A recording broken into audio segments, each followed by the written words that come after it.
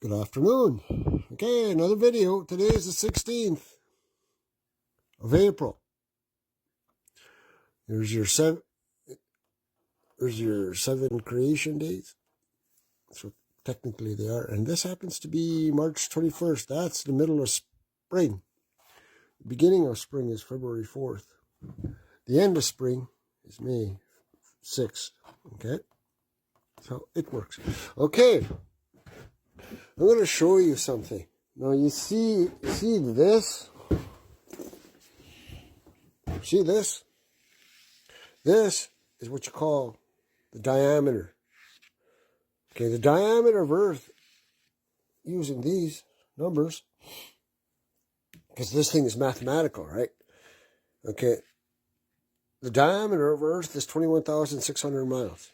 Okay, of course there's what you call North Pole. It's magnetic north, I call it.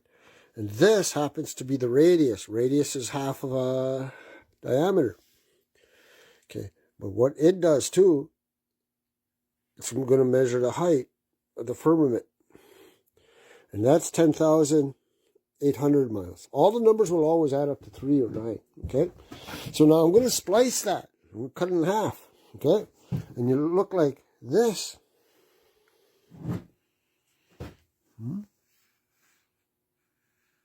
And each one of these notches represents 60 miles. And this happens to be where the sun is. Well, not right now. I've doing this over. But its minimum point is 15 degrees, okay? But it's going up, and as it goes, it'll make its way to the, up here. It's going here. It's making its way there, in the Lima. But, okay, so now as you go, there's your Tropic of Capricorn, your equator, Tropic of Cancer. There's your Arctic Circle from here to here, and that's how you're getting your 23.4 degrees. What you call a tilt. There's no tilt. You're on a level plane, massive level plane. It goes on and on and on and forever. This is the height of the firmament. It's 10,800 miles high. Not very high considering you went to the moon. This is where the moon is when it's full. This is where the sun is, right? It's going to hit this point. But when it's full, it's here. It's on across. Just like on my previous video I said. So anyways, so you take a rocket, go fly up there, taking everything out of here. You'll hit the firmament at 10,800 miles. Did we go that far? As far as I know, nope. 800 or 9,000, 8,100, 7,200. Keep going down. 3,600. 3,600 miles. Did we ever go that high? Nope. Here, 1,800 miles up. Nope. 900. Nope. No, we didn't go that far up. Of course, remember, these are all 600. See that? That's 60 miles up. Small, isn't it? And you're very minute. You're about the size of an amoeba on Earth. You're small. And a third of that would be your Mariana Trench. High as this dot, you're probably not even high as that dot. Mount Everest. That's how small you are on Earth, on that. Okay? You're not very, you're very small to the whole scheme of things. We never ever went this high. The space station, it tops off around here.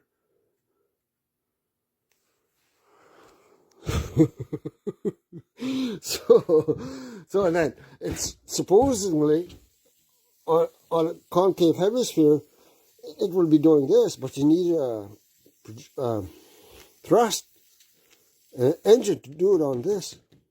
See, you can't take a rocket out of space because you need oxygen to burn fuel for thrust, right? Who doesn't know that? You know that. Okay. So, yeah, so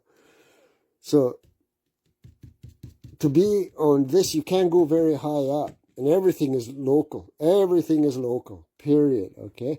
So anyways, I got that, that, and that. That's a dual calendar. You got a lunar year and Gregorian calendar. If you see my previous videos, and I just marked where the last full moon, and I'm waiting for the next new moon. Okay, so I'm going to be marking that out. Okay, that's how that goes. Okay, I'm going to leave it here. I'll let you ponder on this one. Have your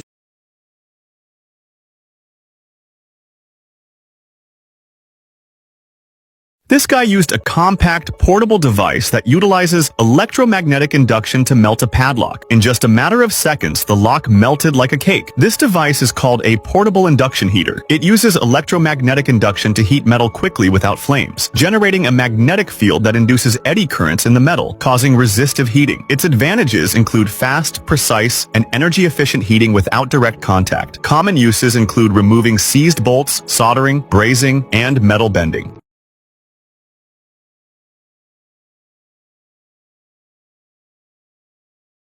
Police are trying to break down this rock-solid composite door, but how many attempts do you think it took?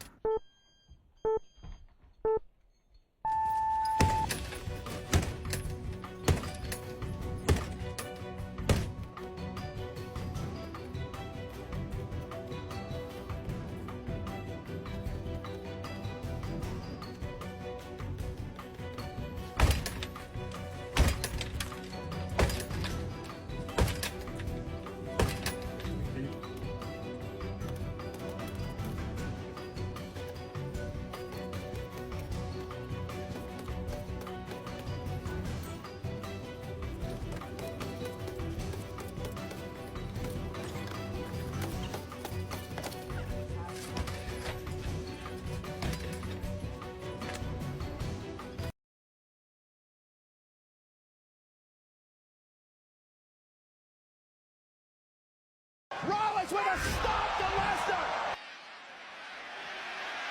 Oh my God! No!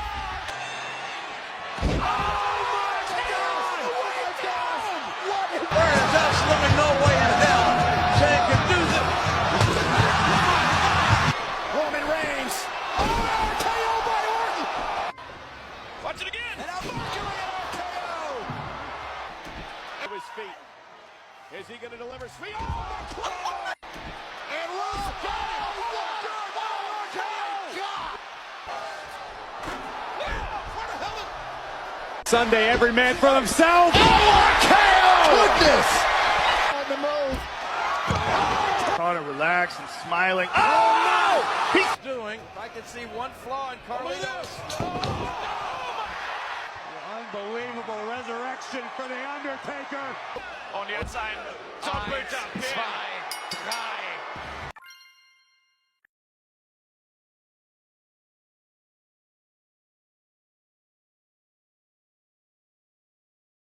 Have you ever wondered how they made everything look like this? Do you think this is actual stone? You would be wrong. This is actually brick. But it's a specific type of brick, but it's not molded in brick like this. But it's the same type of substance. They just had different molds to create buildings like this out of brick-like substance. Just like that. But then most everything looks like this. So the facading is still brick, it's just more intricate brick. It's the expensive part of the building. But I bet you they had factories dedicated just to specialized brickwork like this. This is brickwork too.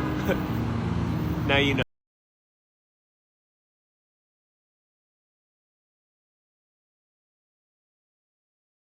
Factor at play here may have been the concept of atmospheric electricity and corona discharge. Atmospheric electricity refers to natural electrical phenomena in the Earth's atmosphere, such as lightning, thunderstorms, and the continuous atmospheric electric baseline or global electric circuit that is constantly in the air around us at all times. Corona discharge is a process where a current flows from an electrode with a high voltage into the air surrounding it, creating a luminous glow and ionizing the air. Another phrase for this is called St. Elmo's fire. Here's an example of this phenomenon actually occurring at one of these very pagodas.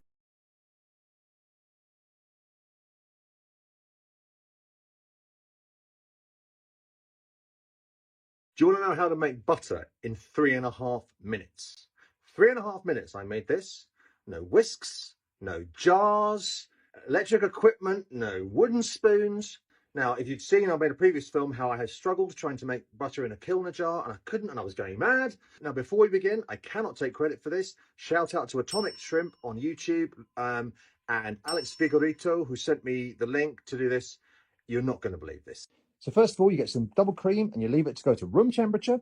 You pour it into a bowl, stick your clean hands in there and wiggle and wiggle and wiggle.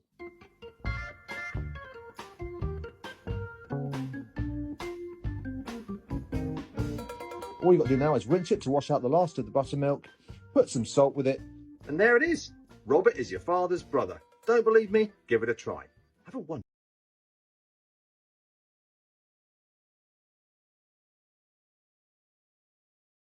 Down in the South, people used to sit in front of blue stained glass windows, cobalt glass windows, so that they could heal from the flu. Someone said, I put my cobalt glass bottle in the sun so the water absorbs the blue healing frequency. Yes, this is going back to the color blue. You can look into the work of Edwin Babbitt. Color blue is very, very healing. They would sit in front of blue glass so they would heal when the sun hits the blue glass. That blue glass would then transmit onto the body, and the body would begin to heal. And this is why when you look at the glassware of the past, it used to be all made out of cobalt glass. Cobalt is the precursor to B12. So when people are having a B12 deficiency, they usually use pasteurized nutritional yeast. But in reality, you could just be drinking out of cobalt. This is why you go back in time and a lot of people didn't have the nutritional deficiencies that they have today because their glassware was giving them nutrients. You had cobalt, you had silver, you had a little bit of uranium and radium and that whole thing. They were getting all these different nutrients from their glassware and from the things they were drinking out of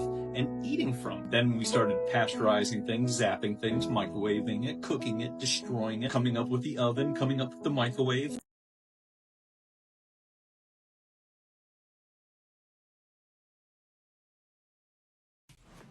So what I got here is a pictorial album in the history of the 1893 World's Fair. This was printed in 1894 in Chicago. Let's let them tell us in their words how this went down and look at the pictures of what they built in a very short amount of time. So I'm going to bring you around. Now let's try to follow this timeline that's laid out in this book. So it starts as far back as 1882. Chicago was suggested as a proper place for the World's Fair. 3 years later, Chicago Commercial Union League and Iroquois Club appointed a joint committee to take action and report. So 1886. Then it was Chicago businessmen that came forward and began to take action in July 1889. So by July 1889, nothing had still been done. So now we have December 11th, 1889. Senator Cullum of Illinois introduced the first World's Fair bill into the United States Senate. All right. Now, Washington, D.C. and Chicago were going back and forth as who was going to have the World's Fair. Well, February 24th, 1890, all opposition was overcome and Congress voted to have the exposition in Chicago. But we come all the way down here, and it wasn't until June 26, 1890, the funds were released and they had their first meeting of the National Commission. So less than 3 years later, all of what I'm about to show you was built and up and running and ready for a World's Fair. There's a bird's eye view of the World's Fair. Just part of it.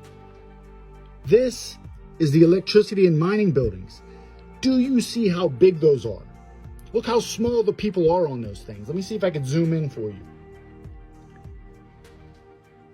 I mean, they built that in 2+ years.